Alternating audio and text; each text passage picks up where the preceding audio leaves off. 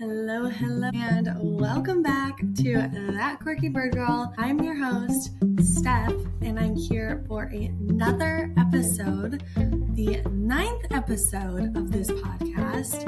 I am so grateful to come on and talk about the birds with you all and share my story. Today, we're going to be getting a little bit more into my life and how it has been directly impacted by the birds. But before I dive in, I want to acknowledge the new background behind me because I have a new setup. So for those of you that are watching the video, you'll notice that I have this bright green backdrop that I will be using to paint birds on, and then once it's completed I will be raffling it off here on my page, so stay tuned for that. It's gonna take some time to finish, but I'm super excited to get started and just have another fun thing to come on here and talk to you all about as I am improving my skills in painting. So stay tuned for that. In addition to that, I have some of my favorite plushes that I collect, and a few of them are from Wild Republic and Cornell. Cornell provides the sound of the bird call. Wild Republic provides the actual plush itself. So this is what they look like. For those of you that are just listening, I have a house sparrow in my hand here. So if you want to check out the video and see what these look like, go ahead and do that. This will be up on my YouTube page as well, which is Steph That Quirky Bird Girl. If you haven't checked that out yet, I upload there some extended versions for what I post here on the podcast.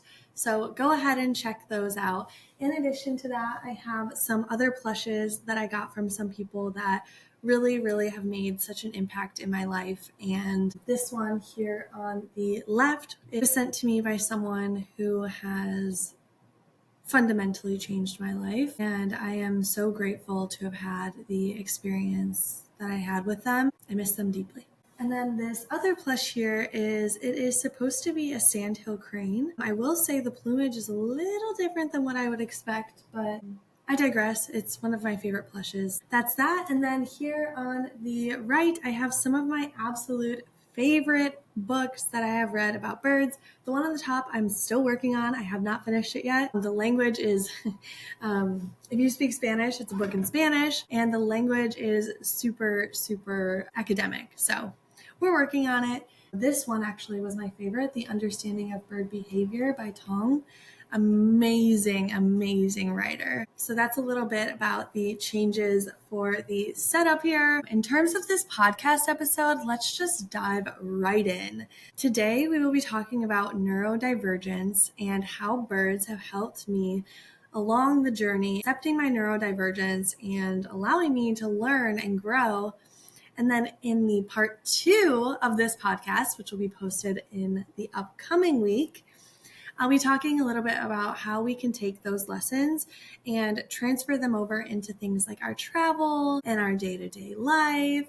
And I've talked more high level about how we can do these types of things, but I haven't really gotten into the nitty-gritty and specifically how it relates to my story. So let's get started with our chapters. So here they are. Our first chapter is getting started with my story. My bird since birth story is what we're going to be diving into. This is practically me explaining what it is that I went through in order for me to really grow and land comfortably in my deep appreciation for birds. Our chapter 2 is going to be about how birds helped me embrace my neurodivergence. So I was diagnosed later in life, but always struggled with my neurodivergence. I knew growing up that I was different. I felt it in my core. I felt it in my social interactions. I felt like everything just fell in place for other people, but for me, I had to try.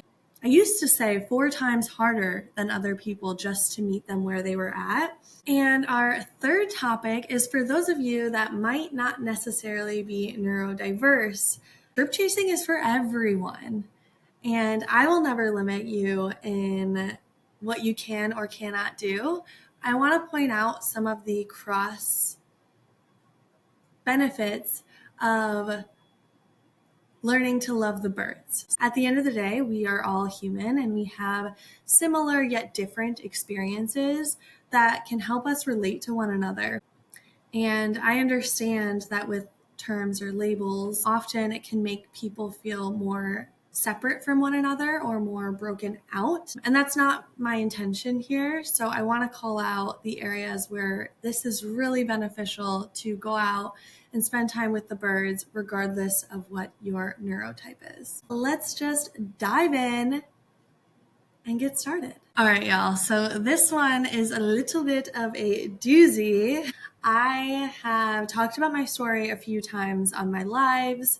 If you have joined those, then you're going to hear something pretty similar to what you've heard in the past. But my story with birds was a beautiful start to a rough middle to a beautiful ending and then a restart. So I have had so many opportunities throughout my life to fall in love with birds, and it's happened to me at least on 3 different occasions. And unfortunately, on the end side of those 2, I fell out of love with birds, and it wasn't necessarily my fault that it happened. There were circumstances outside of my control that led to it, so I'll get into those in a second.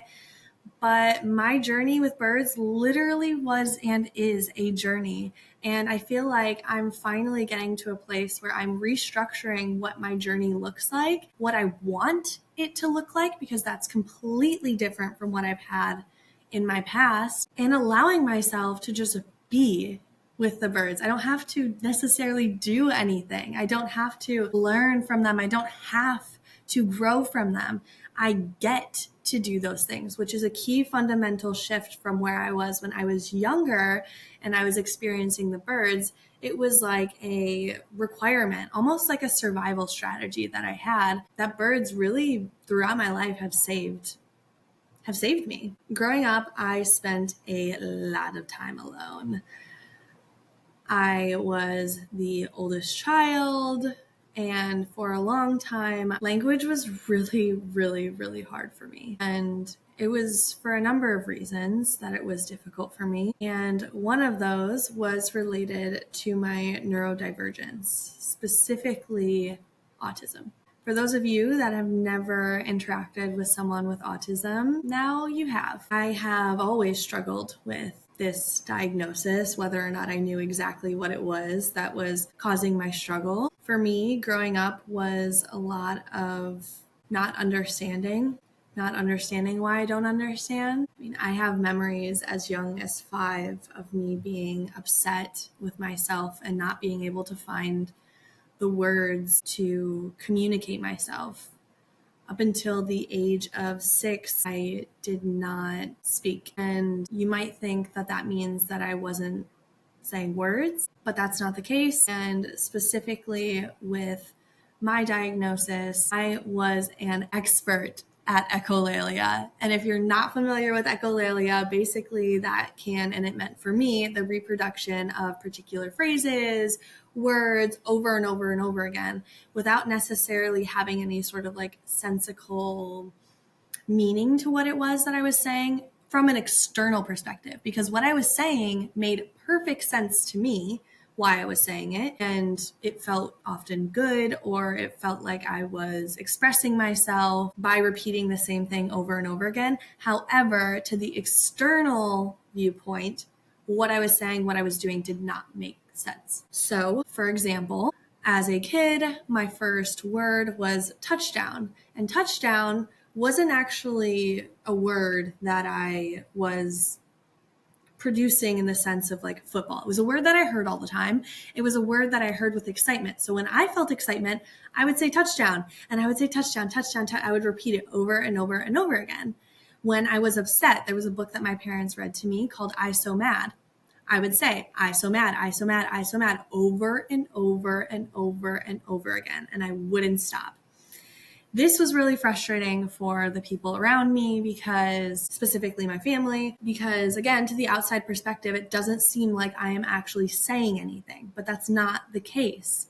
It's about perspective. For me, I was communicating my emotions via echolalia. As I grew up, I recognized, and by grew up, I mean probably around the age of 4, I recognized that this form of communication wasn't working. And luckily enough, I had a deep, deep love for my encyclopedia. And that is where the birds turned everything around for me. So I had an encyclopedia of birds that were from Australia specifically, and it had a few other Australian animals inside of that encyclopedia, but those weren't my focus except for the Tasmanian devil. Ooh, I loved the Tasmanian devil, but I also loved Australian birds. And I was able, because Australia has such bright, vibrant, beautiful bird colors, I was able to study those birds and their colors to help me convey my emotion. Recognizing that saying these phrases no longer made sense to the people around me, I had to trust that colors would make more sense to them.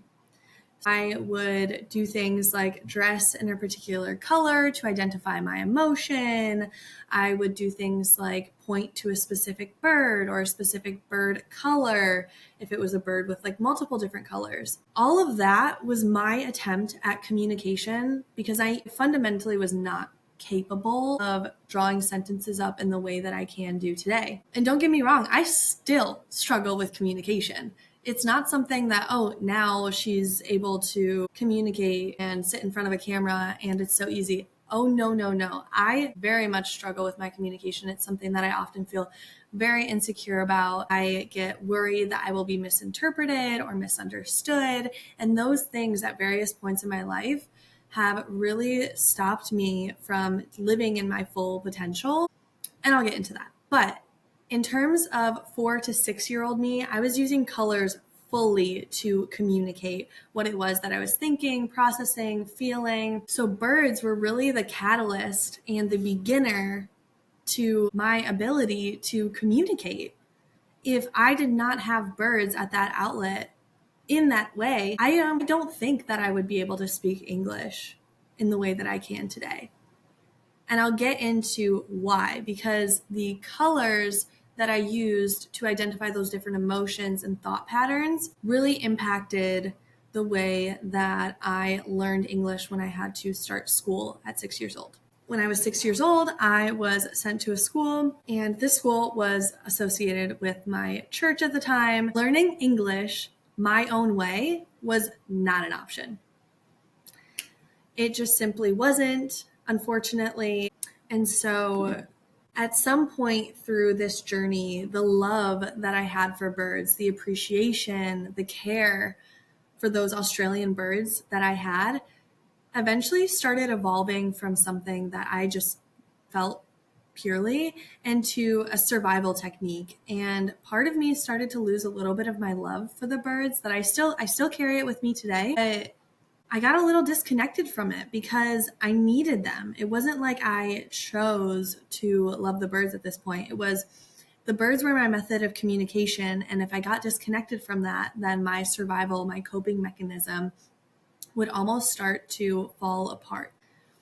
By the time I was 6 years old, I was fully ingrained in this necessity of the birds, and I was going to school, and the ways that I communicated, the ways that I had taught myself to communicate from 4 to 6 years old no longer were acceptable, nor were they applied. I had to figure out a new way to communicate myself with the birds, which was my own personal process alongside of the education system that was forcing this new speech onto me when I felt like I wasn't totally ready for it.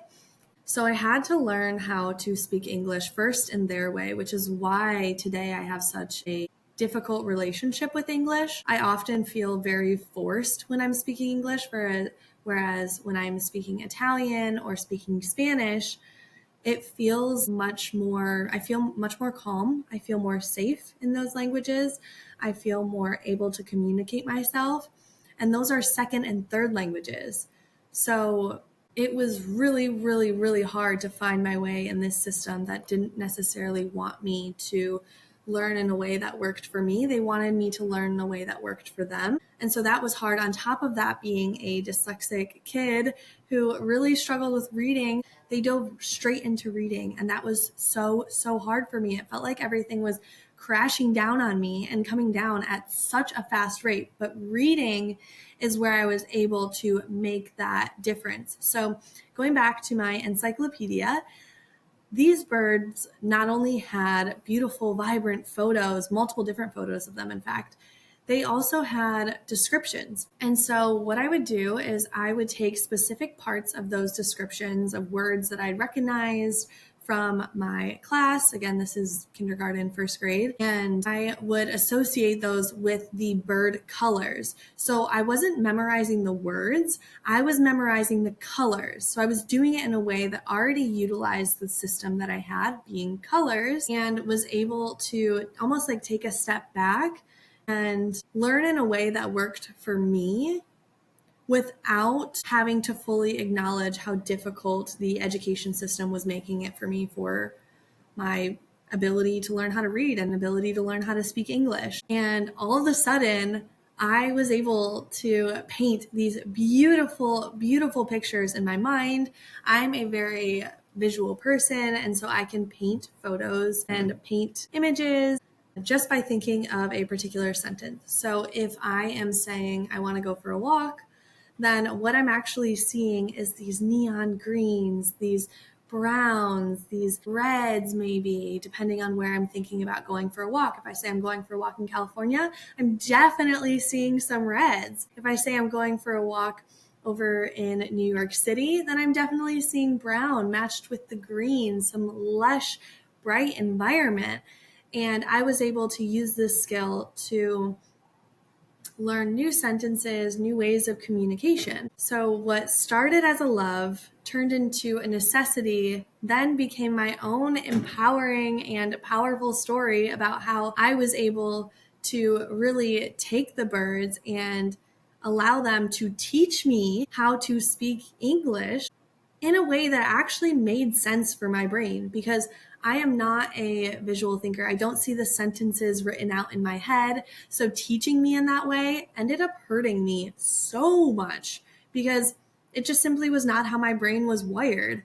And do that and adapted. So it became this empowering story for myself that I could lean into. Now, I didn't recognize that at the time. I only recognized it within the last year, actually, and I'm 28 years old. So it took a long time for me to solidify these thoughts about my language processing. I was always curious why I had a difficult relationship with English and why I felt like it was forced and why I felt like I couldn't truly be myself when I was speaking English. And I've had so many other experiences that have solidified that a little bit, but overall, this was sort of the catalyst experience with English that made it so much more difficult for me to actually process and become skilled in the language. That was my start with birds. Unfortunately, when my parents got divorced, when I was about 8 or 9 years old, I completely lost my encyclopedia. And even if I hadn't lost it, it was no longer the priority. I was the oldest of 3 siblings, and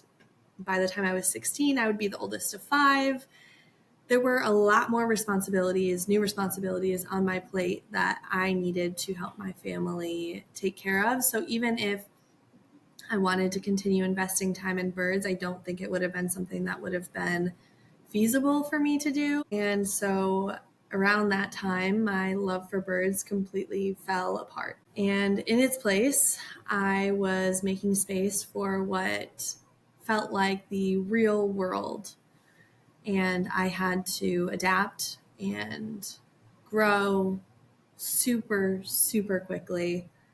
And I actually didn't get reconnected with the birds until I was about 25 years old. So it took a long time for me to actually make my way back to birds. That doesn't mean, though, that I never stopped on the street and admired an American robin.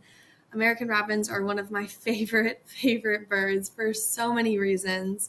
But every time that I got an opportunity to see a bird, I would full stop, enjoy them and keep it moving. I honestly felt so drawn to birds, but it didn't feel like it was something that I could really full force spend my time in. I was such a driven and am such a driven go-getter person that I felt like if I slowed down to enjoy the birds, I would be slowing down too much and I would actually end up changing my life trajectory and all this stuff. So I made the decision to not do that. But then by the time I was 25, it was my birthday. I was like, I want to come back to the birds. I don't want to hold this experience away from myself anymore. I just want to dive all in. So I did just that. For my birthday, I went to Montrose Beach in Chicago, Illinois, and it was such an amazing experience. I got to see a black-capped chickadee, and it just reignited my love for birds. I also had this experience with a friend who is German, and we were in Venice, and she walks out into this plaza and just puts her arm out, or both of her arms out, and all of these rock pigeons come flocking over to her, landing on her. And it felt like I was in the presence of a true Snow White. And I knew that both me and her carried that similar energy. It's why we were so drawn to each other. And I wanted to lean more into it. I was inspired by her and inspired by that black-capped chickadee. And so I made the decision to book a trip down to South America and spend about 2 months traveling and just seeing the birds, experiencing them, enjoying them. And it was such an amazing time in my life that I was able to truly come back to the birds and love them in a way that my adult self really needed. Now that continued into up about May of last year, when my life, my world completely changed. I moved from Chicago to New York City, and honestly, I lost some of my connection to the birds. I felt like I needed, now that I was in a big city, I needed to just accept the real world and go down a career path that made sense for me at the time. And again, I put birds to the side. And I'm not proud of it. I literally told myself that I didn't get to have moments of joy, moments of release, moments of happiness to make space for the real world. So I did it when I was 8 and I did it when I was 27. And this is my promise that I will never do that again. Solidifying my love and appreciation for the birds has been one of the best things that I've done for my mental health ever. For my joy, for my sense of being alive and excitement and happiness and all of these things that I deprived myself of because I felt like I needed to just keep going. I needed to just push through. I needed to just not acknowledge what it was that is this calling to birds that I have had my whole entire life. And now I'm back and I'm in full swing and I've got a podcast and a YouTube and my TikTok page is growing, and I am so grateful that the birds, every single time I've tried to run away, they have fully pulled me back in. They have shown me the love and the appreciation that I once had that doesn't have to go away just because you might think that the real world demands something different of you. I learned that. And I'm so glad that I did, because if I didn't take the time to just pause to think about what it was that I was actually doing and whether or not it aligns with my true interests, I don't know where I would be today. So I'm really grateful that I get to sit in front of you all and talk about birds and share my love and my passion and excitement, but it's been a rocky ride. And I'm sure there are so many other people that I've met in the bird community that too have had a rocky ride with birds. And each time that they come back, the birds have shown more love than when they left. And so I encourage you, if you are at the start of your bird loving journey, to embrace it full force, because it will embrace you right back. And ultimately it comes full circle. And I'll get into that in a second about neurodivergence. Now we're on to chapter 2. All right, y'all. So I said that the birds directly helped me with my neurodivergence. With my story, you can see how they literally helped me learn the English language, and not even just the English language, y'all. They actually helped me with my Italian and my Spanish. So taking those experiences that I had with English, which were so difficult, I was able to apply it to Italian and Spanish, and literally just learn the way that worked for me. So before with English, it was like it had to be a combination of the way that worked for them, some of what worked for me, but this was full force what worked for me. And I think that shows in my love for those languages. But they didn't just help me embrace these amazing skills that I have of being able to visually see the sentence that I'm forming in picture form with different colors and a different beautiful landscape and just all of these different elements that wouldn't traditionally be present if someone was just building a sentence in their head.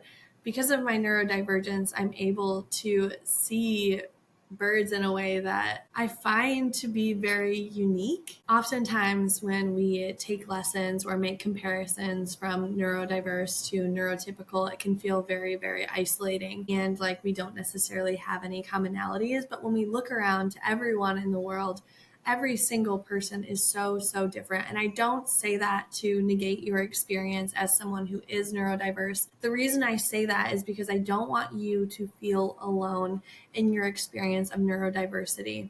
I felt so alone for so long, like there weren't other people out there like me. Like I had to shell myself off and make myself smaller so that other people could make space for themselves, or that I wasn't taking up too much space. But seeing the way that birds really allow themselves to just be really helped me externalize that concept for myself as well. So for the longest time, I felt like I needed to change or alter or mask myself to be able to show up in public spaces. And I know it might sound a little bit weird, but just hear me out because you'll get weird from this whole podcast episode. So don't even stress it. Birds can literally just be. They can literally just be. And we look at them with this amazing lens of intense beauty. People travel the world to photograph birds that one person might consider ugly and another might consider the most beautiful bird in the world. Either way, whether or not they are encountering that person who thinks they are ugly or that person who thinks they're the most beautiful bird in the world, at the end of the day, that bird is still behaving exactly how that bird wants to behave. They're not adjusting their behavior based on the audience. And I took a lot from that because I always adjusted myself for the audience. I felt like I needed to tailor specific parts of myself and change what it was or who it was that I thought I was. And I definitely don't do that anymore. Well, I try my best not to. Sometimes it's hard, but we're working on it. I give myself that same grace that I give the birds, in that they are allowed to show up however they want to. They are allowed to be whoever they want to be. They're allowed to go foraging in any area that they so desire. That doesn't mean they don't keep an eye out, because birds of prey are always looking for prey, but it does mean that I get to relax a little bit into myself. And it gave me the kind of self-kindness and care that I needed to feel comfortable showing up in spaces, whether or not it meant that those spaces were neurodiverse or if they were mostly neurotypical. Either way, I felt more, it gave me the confidence that I needed to show up and to be myself. And that's exactly what I needed. That is exactly what I needed. So no overthinking, just doing, just like the birds. The second thing that I really loved and appreciated about the birds that helped me embrace my own neurodiversity was in the context of stimming. So these birds stim. And what does that mean? Well, that means you get a little movement in your body. It can mean different things for different people, but for me, it just means dancing. And I love dancing. I love moving my body. And when I first started loving the birds, I felt like movement needed to be restricted. I felt like I couldn't just freely move my body, particularly in public spaces. But here's the thing. Birds, let's take their mating dances, for example. That's almost like the ultimate form of stimming. They're releasing energy, and whether or not it is in the vein or the goal of trying to attract a female, they do it, and they put their whole heart and their whole soul into it. and try their best to win over that woman. Now, I'm not saying stimming should be done to try to win over someone. What I am saying though is if you're going to move wholeheartedly, just like the birds. Because if a bird, you were watching a video of an American woodcock, for example, they're not giving it halfway. They're doing it full. So whatever you do it with the cup full and do it with your heart in it, just like the birds. It is one of the biggest things that I have taken away and something that I am still learning today to fully embrace my ability to move my body and to stim in a way that works for me. And then the last thing that I'm going to call out in terms of my neurodivergence and loving the birds is that difference is not bad.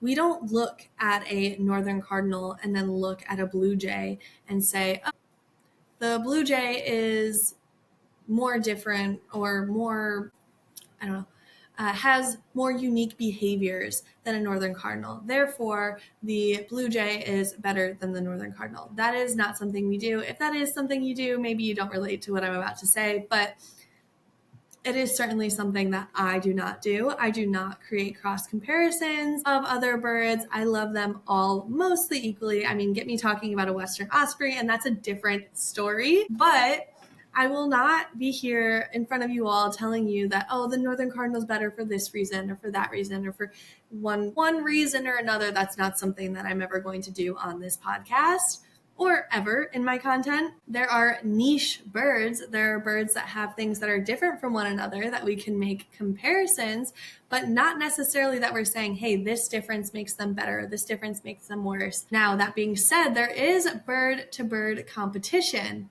but that is mostly in relation to territory, to food, to protecting the nest, and things like that. I mean, like birds of prey as well is another great example of bird-to-bird competition, but that's not necessarily what I'm talking about. I'm talking more on our end of comparing the birds and finding our own expression of love towards them.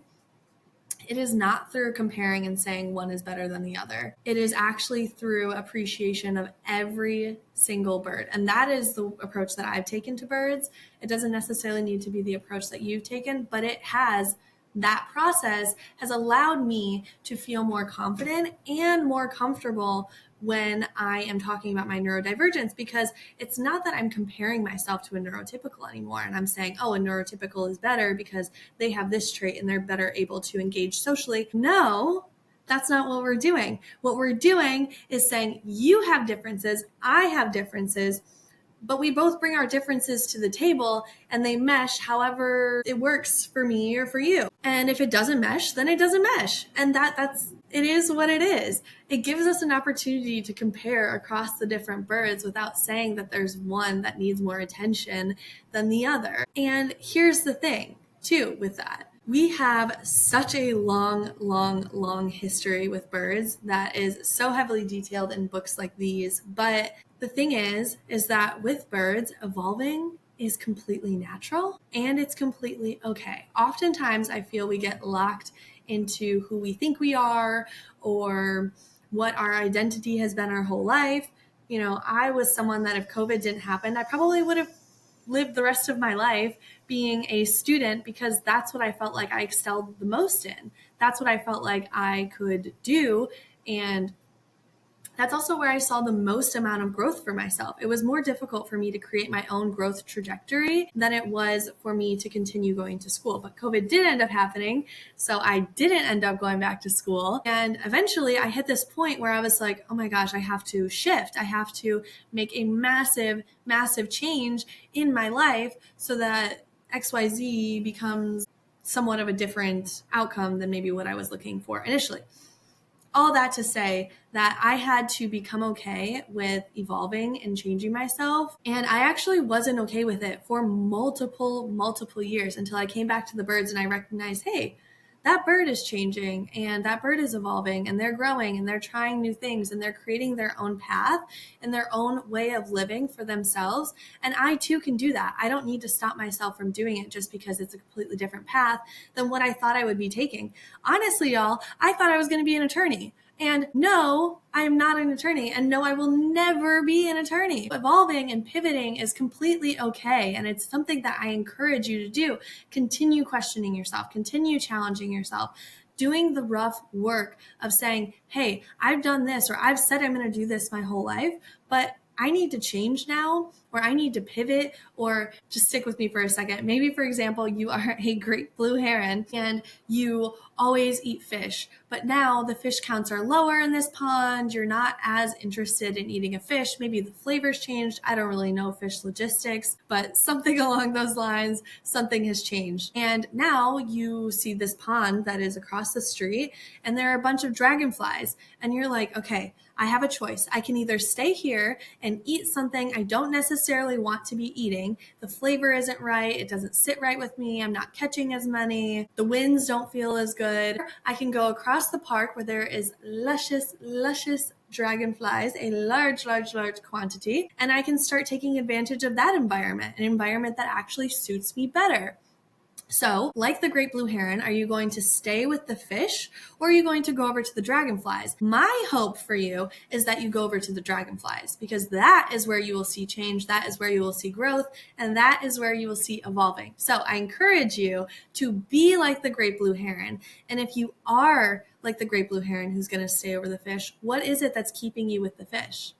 What is it that is giving you the confidence and the security that the fish population, the taste of the fish, something will improve? What is that hope? Ask yourself that question. And then if you don't have an answer for that, go with the dragonflies. I went with the dragonflies, and now I am here in New York City creating a podcast episode in front of you all talking about the amazing birds. And it's all because I leaped for the dragonflies. So evolve, change, allow yourself to grow, allow yourself to learn, and let that impact hit you, because it'll be so worth it when it does. And I want to hear all about it. So if you have a story similar to a great blue heron where you evolved, and it doesn't have to be that the birds helped you get there, but I want to hear your evolving story, put it in the comments. This has been another lovely podcast episode. It is so great to come on here with you all. I love you so much, and I hope that you have an amazing rest of your week. I will see you soon. Bye.